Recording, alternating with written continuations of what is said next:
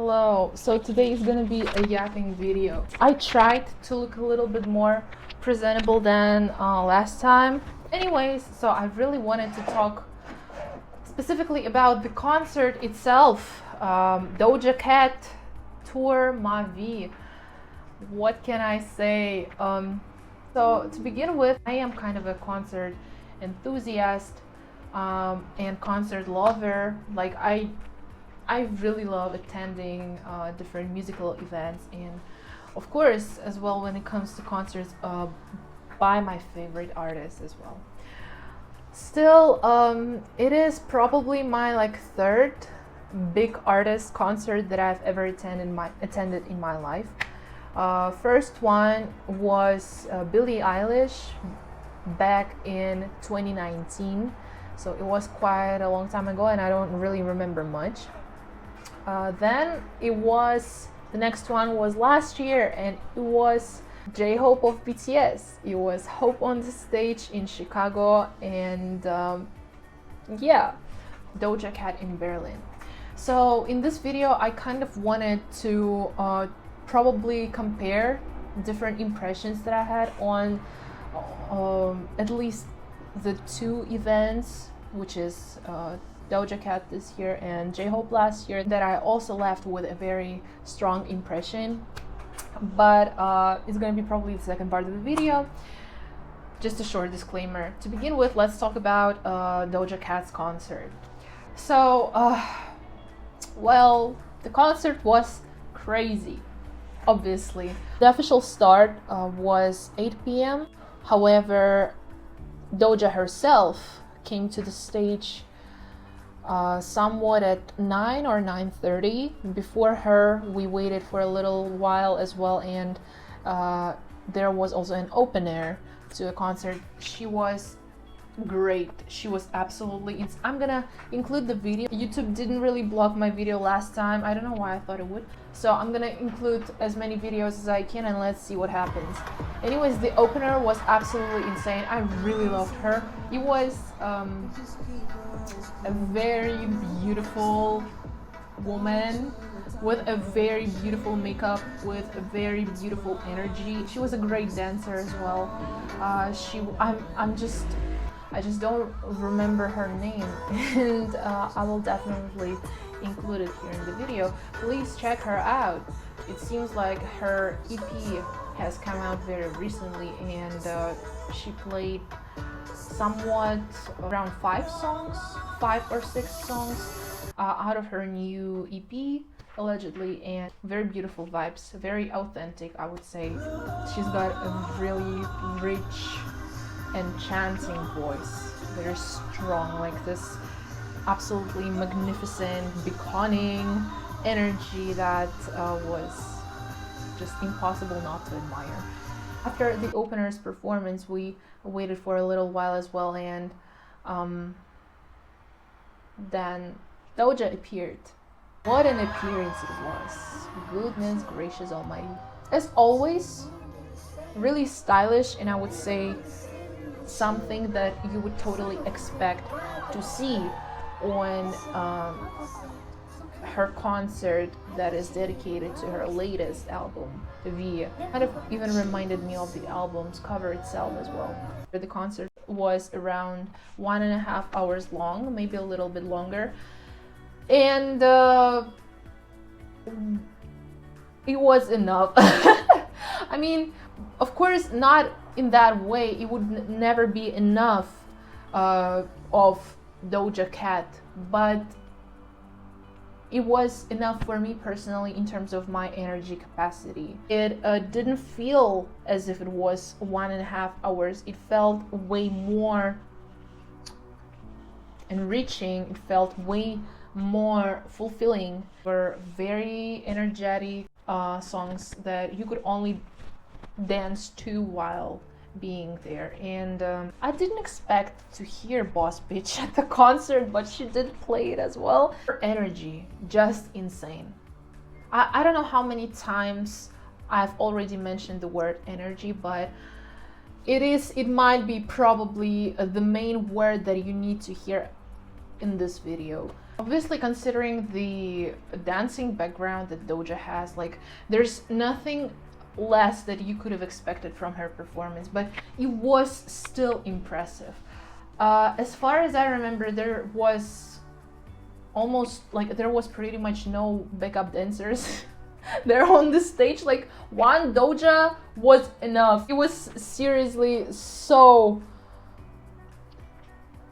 overwhelming in the best way possible. Like, I was ready to keep being overwhelmed in this atmosphere. And I don't know, I might be delusional, but I even felt like I made an eye contact with her a couple of times. But it did feel though as if I was, like a male bird trying to desperately attract a female bird, and I did feel like one. Whenever she would walk closer to our section, I was like, ah! I would scream so much and try to lock eyes with her, but it's not as if I was in the front rows.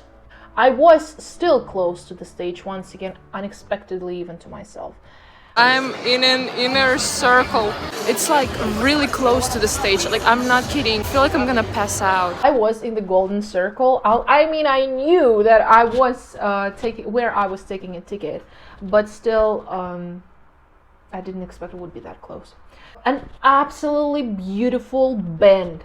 Absolute, like, gag. An absolute gag.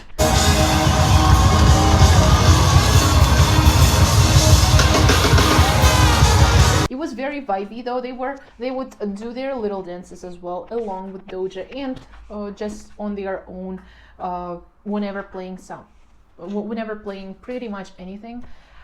Very, very chill. As for the special effects, a lot of fire. In the most literal way possible. It was a lot of fire on the stage. It was a lot of like boom, boom, boom. How do you say it in English? Small fireworks? How do you say it in English? Stage fireworks? Anyways, you understood what I mean. Not that much laser lights though. Mostly it was fire. What I also feel is that, in a lot of concerts, sometimes you get an impression as if the artist is like being really professional, and like it is obviously a good thing, evidence of like a lot of hard work, but in a way that if you watched maybe this same artist outside the concert of theirs that you're attending, if you kind of like took a look at the content of theirs, or if you maybe know something like even remotely about their personality, and then you come to the concert and you watch them now actually do their job like as the performer, sometimes it does become like very evident of how professional they act, of how maybe different they are from the usual image that is common for you to see. Yes, I could feel some like with Doja too, but the thing is, with her, it still did feel more like she was just herself.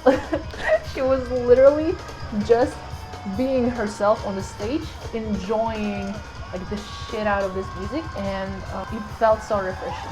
I mean, I can imagine that all the tricks, all the, I don't know, choreography parts that she's been doing on the stage were many times rehearsed, prepared in advance. There is then probably two possible explanations to this, which is the first one, as I've just shared, maybe like her literally just like absolutely doing what she wants, or an insane level of professionalism, like beyond professional. She just knows what she's doing by this point so much that it looks so natural that it did not feel like rehearsed anyhow. It just felt as she was doing this thing in the moment, as if it was in her head before and then she just came up with it on the spot, like as if it was the first time of her concert, as if she just woke up like, I don't know, a couple of hours ago and decided, oh, let's go have a party, and as if everything that she did was just an improvisation, So to compare this concert with the one that I attended last year, that was A Hope on the Stage, I mean, both concerts really did leave me feel starstruck, absolutely, but there is still like a very evident difference in perceptions, because last year, for example, okay, so I am in army for a couple of years now, and before J-Hope's tour was even announced, I've been already saving up money for his potential tour, because he's my bias. So by the time of the concert in Chicago, which was in March 2025, I've been already saving up money for over a year. So just in general, I've been anticipating for that event like for a really long time, and at the moment when I actually got there, it felt like my brain just got frozen. I'm still struggling to comprehend it. I'm still struggling to understand what exactly happened to my mind, but I feel like back then and there, I couldn't even think properly. And I would be just like, oh, okay, I need to drink some water. You know, as if I lost like 100 brain cells or something, all in one moment. I can only suspect that it happened probably due to being so overwhelmed that my mind just went into a freezing mode, and during the concert I couldn't really comprehend what was happening around me, and I couldn't really enjoy the moment itself, which was such a loss. Like I'm still pissed. And another thing, considering that it's been my like second big artist concert ever in my life, I really recorded a lot. I really recorded a lot on my phone, and because, you know, it was like a way to me back then, just because of the fact that I haven't been attending that many concerts, and I didn't really know for sure which way it would work better for me, whether I would record a lot and keep it and save it as a memory and go back to it and rewatch all the videos and relive all the emotions, or whether I would just choose to not to record at all and just stay in the moment, observe everything just with my eyes. I didn't know for sure which of the two like approaches would work better for me, which is why I decided to record everything, just so that I could keep the memories, the videos, that I could go back to them. However, yes, I did record like half of the concert. I don't know, I had like an hour of recordings, and whenever I still do have the videos, whenever I go back to them, I don't remember anything. I don't remember anything. Whenever I rewatch the videos, it seems to me as if it wasn't me who recorded them, but I don't know, like as if it's just a video online that I bumped into. And it is like so sad. So sad. It's such a pity. You know what else is a pity? It's just I just deleted a whole ass fucking portion. But who said it's gonna stop me? I'm gonna continue right now. I guess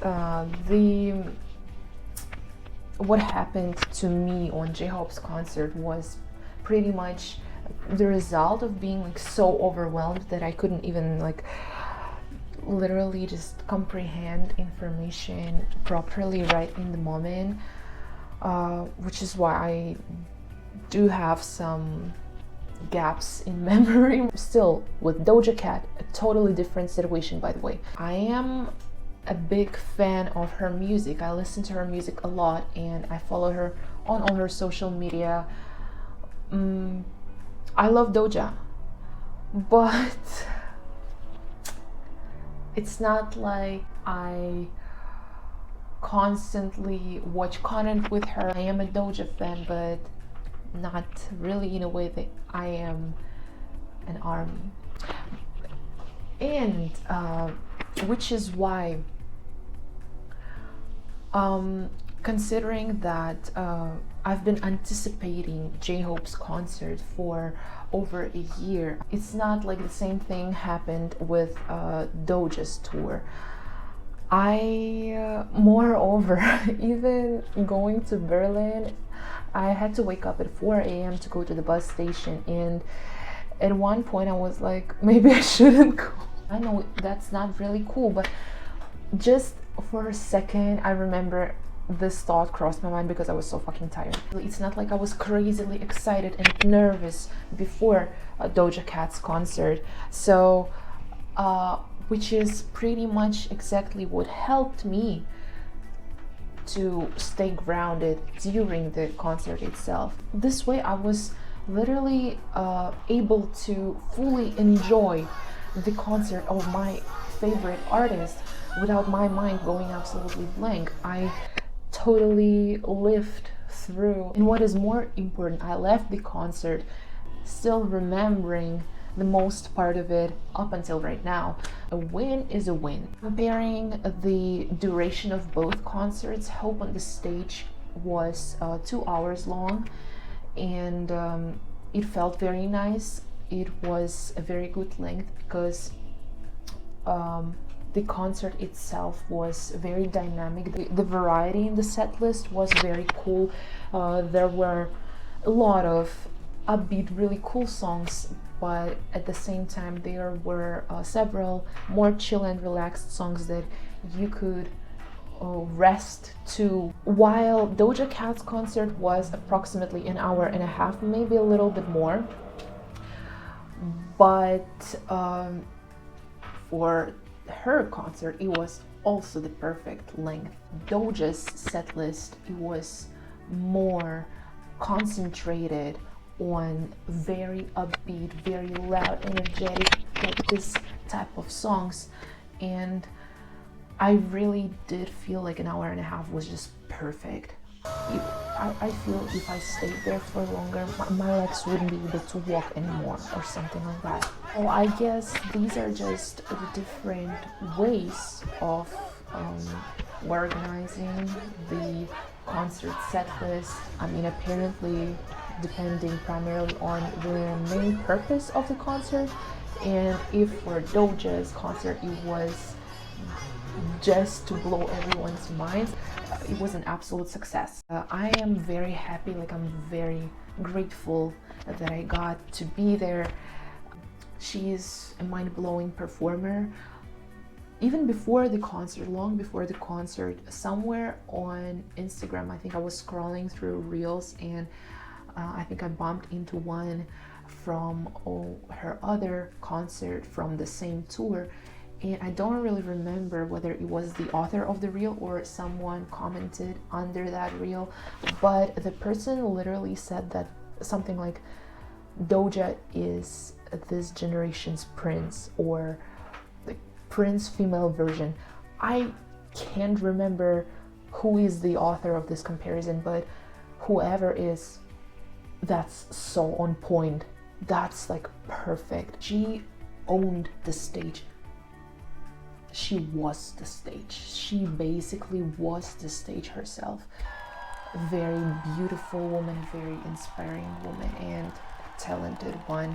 So it was not just luck, but rather an honor to be there on that night. I still can't move on. I don't know how I will. I don't know when exactly I will attend the next concert, but that's it for now, and thank you so much for watching, and see you in the next video.